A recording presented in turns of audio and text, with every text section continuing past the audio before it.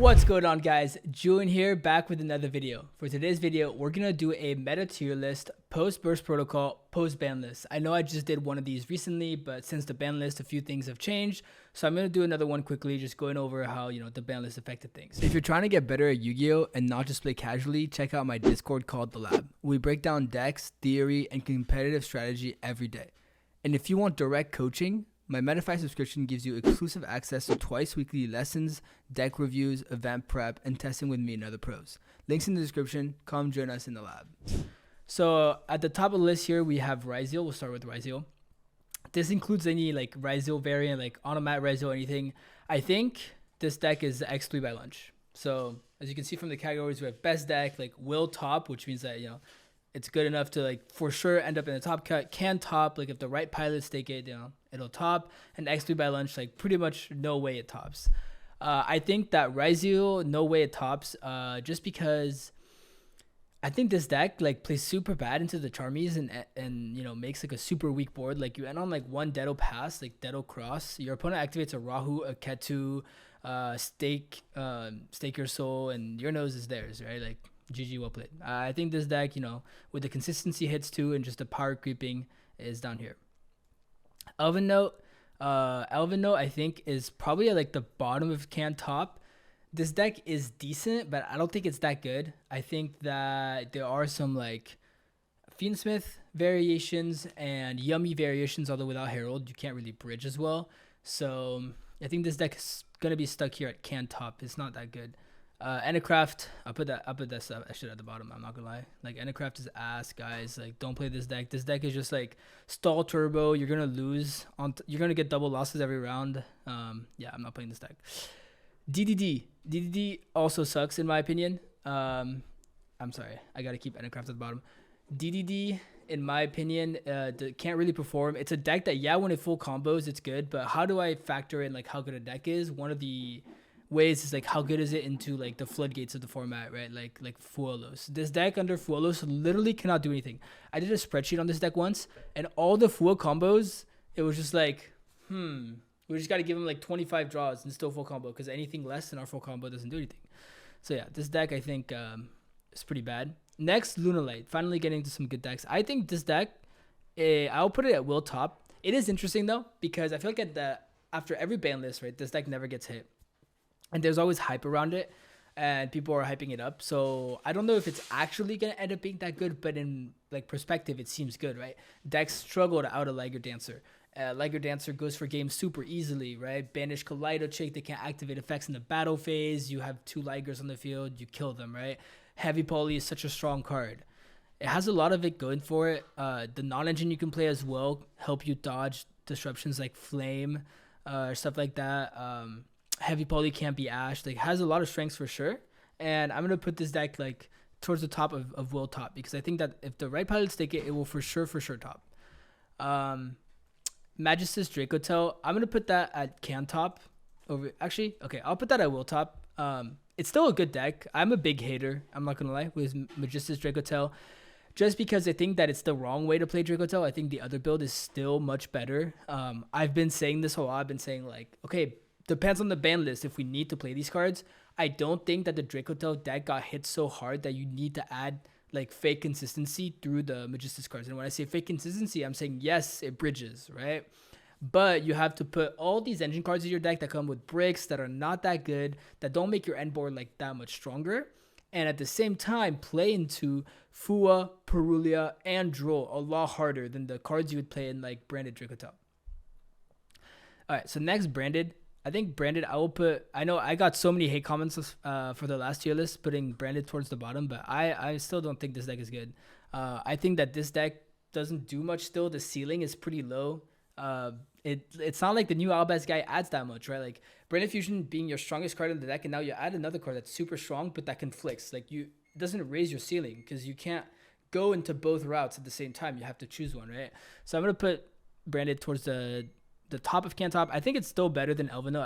I'm really low on Elven Note right now, but yeah, I think it's not that good. Gem Knights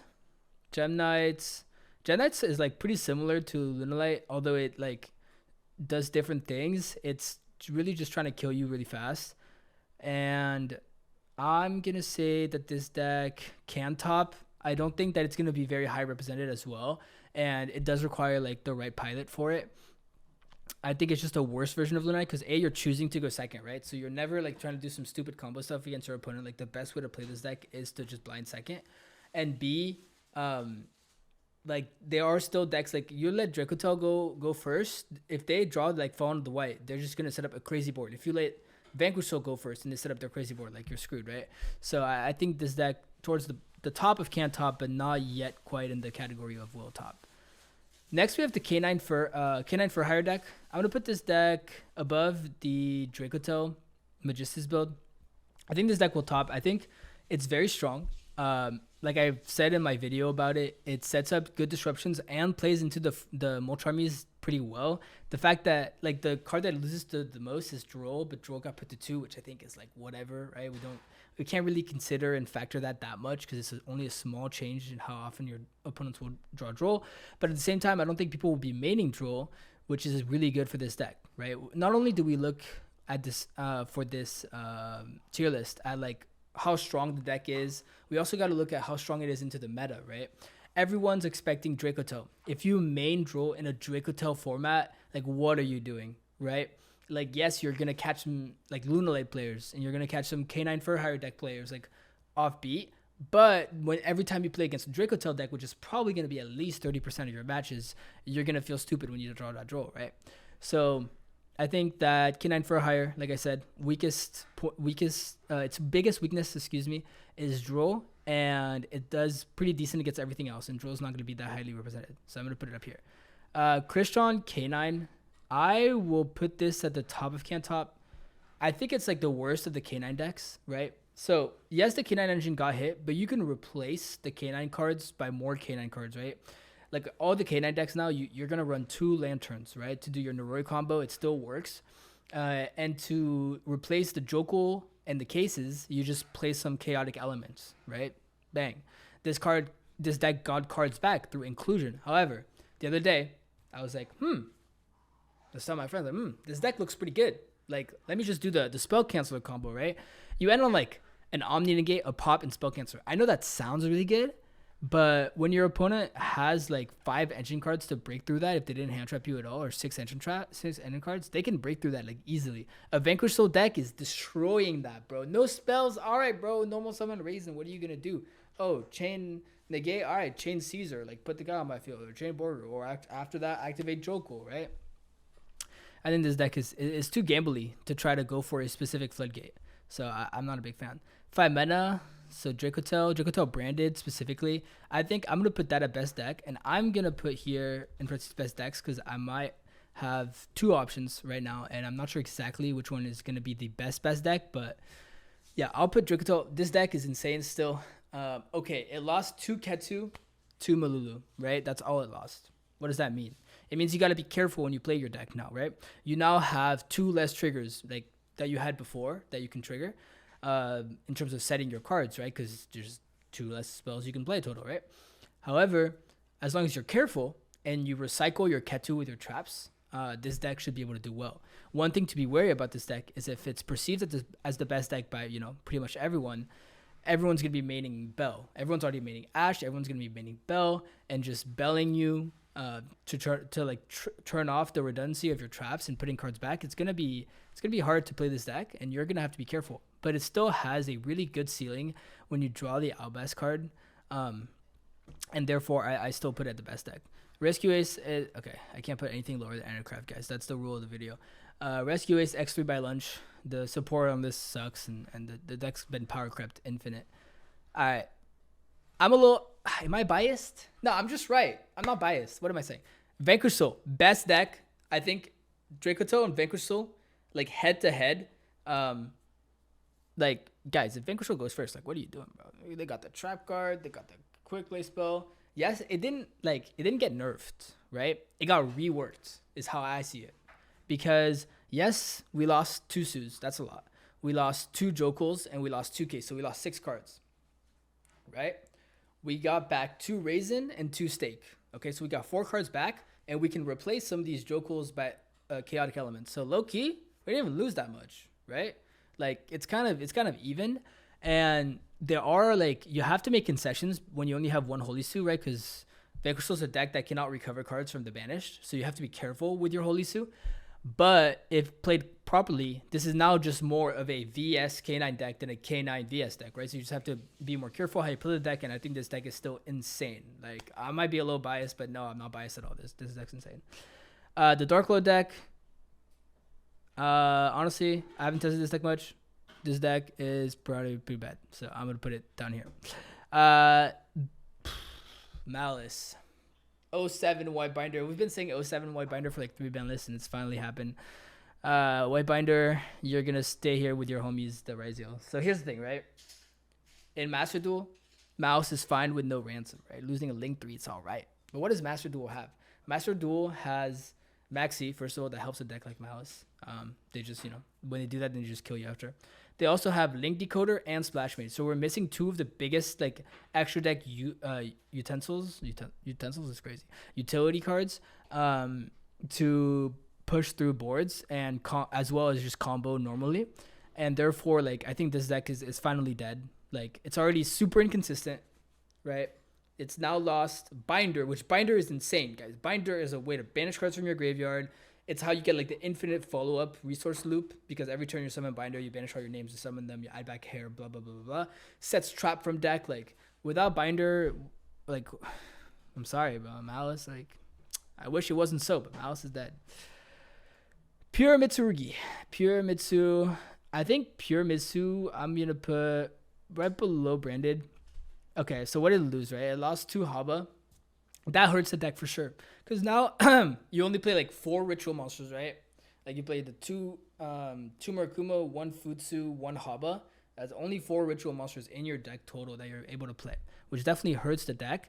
And the deck was already pretty inconsistent. And so if you're going to have to add like really bad cards that play really hard into Droll, which I know I said like Droll's not going to be popular, still probably going to be in people's side decks, right? And all the consistency cards for Mitsurugi, which is already a deck that's weak to Droll, if you have to first add Haba as your first action, you just lost to Droll already, right? So I'm going to put it towards the bottom if it can top, because it's still a decent deck, but I don't think it's that good. Raiden Typhoon. I'm going to put Raiden Typhoon right here. The support is really good. It didn't actually get hit, right? It, like, only Featherstorm got hit, which thank God, right? Like, 1 less floodgate in the format. That's amazing for the player base. We're actually going to have less non-games now. The deck itself is still fine. I remember I was pretty iffy on it before, but this deck is fine. Yeah, this deck is pretty good. The biggest issue for me, honestly, is the average. You know what? I'm gonna stop capping. I'm gonna put it over here. Yeah, I think it's still worse than that. The average hand quality in this deck is too low for me. Yes, there are hands that are completely insane. You do everything in the draw phase. You set up Monster Negate, you bounce 2 cards, you Crusader Search, you do this and that, and bang, bang, bang, and your opponent. You enter the main phase, and all they have is 1/5 meta. And guess what? I have a Monster Negate, right? That's awesome. That's great. That's great when that happens. But there are hands where you look at your hand, you're like, oh, goddamn, I got a normal summon this Eldum going into my opponent's board. Like, what do I do, right? The consistency on this deck is like 92% if you play pots, right? So that means you have to throw away your extra deck, which usually you don't use your extra deck that much, but it's nice to have, different extra deck resources that you can use. So I don't like the concessions you have to make for this deck. And I think that like playing all quick play spell as breakers is like not optimal for this. So you have to play like Ashen Bell, which is fine. Like that's a way you can build this deck, but then you're kind of going away from like what makes your deck work, which are quick play spells. Yummy. All right, I think this is the biggest change, Yummy, since the last tier list I did.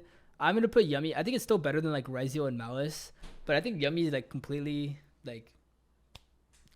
ass now. Like, let's be real, right? You have 1 Snatchy, you have no Herald. Your deck like completely loses to Nib now. If you're playing a pure Yummy deck, like there's just no way that's gonna work for you. On top of that, you lost like your biggest disruption, which was the Omni Negate, which protected your board. And now without it, like, you're nothing, bro. Like, sorry, Cupsy. Like, it's time to put you down. Next, I'll skip ahead. I'll do Tri-Brigade. So this is Tri-Brigade Yummy specifically. I do think that one's like a little bit better than Yummy. I'll put it above the Elvino deck. You're just adding more, like, a higher ceiling to your deck, which is the main thing, while keeping like the same / higher consistency. So pretty much now your deck can do more, but you're still kind of like losing to Nib the same. Just because you don't have that threat of a Herald anymore. Like your opponent can just sit on his hands and just nib you at the very end, and all you'll have is like surprise in the trap, which aren't bad, but it's not great. But it's definitely better than Yummy, so I'll put it up here. Exo Sisters, yeah, I'm a believer. This deck doesn't do anything. The support is not even that good. I'm gonna put it right here. Like, guys, what are we doing with Exo Sisters? I'm gonna be real. Like, we're not doing anything. This caramel card, sure, it's nice, but this deck's not good. Dragon Link also is bad. Like, the new cards didn't really help. Oh, okay, well, I'm gonna put Cool Tune also bad. The new cards, like, oh, it doesn't have new cards yet, but yeah, this deck doesn't do anything. This deck is like non-engine turbo into not really make a board and lose to Nib and can't kill fast enough and give your opponents way too many turns to try to out resource you. So yeah, so quick summary: best decks, VS and Drikoto. Still, nothing's changed. Look at that. We're still in the same format. Great. The most prominent decks for me are going to be Lunalight, Raiden Typhoon, K9 Fur Hire, and then the Drikoto Magistus deck, which is still fine, but I think far worse than the branded build.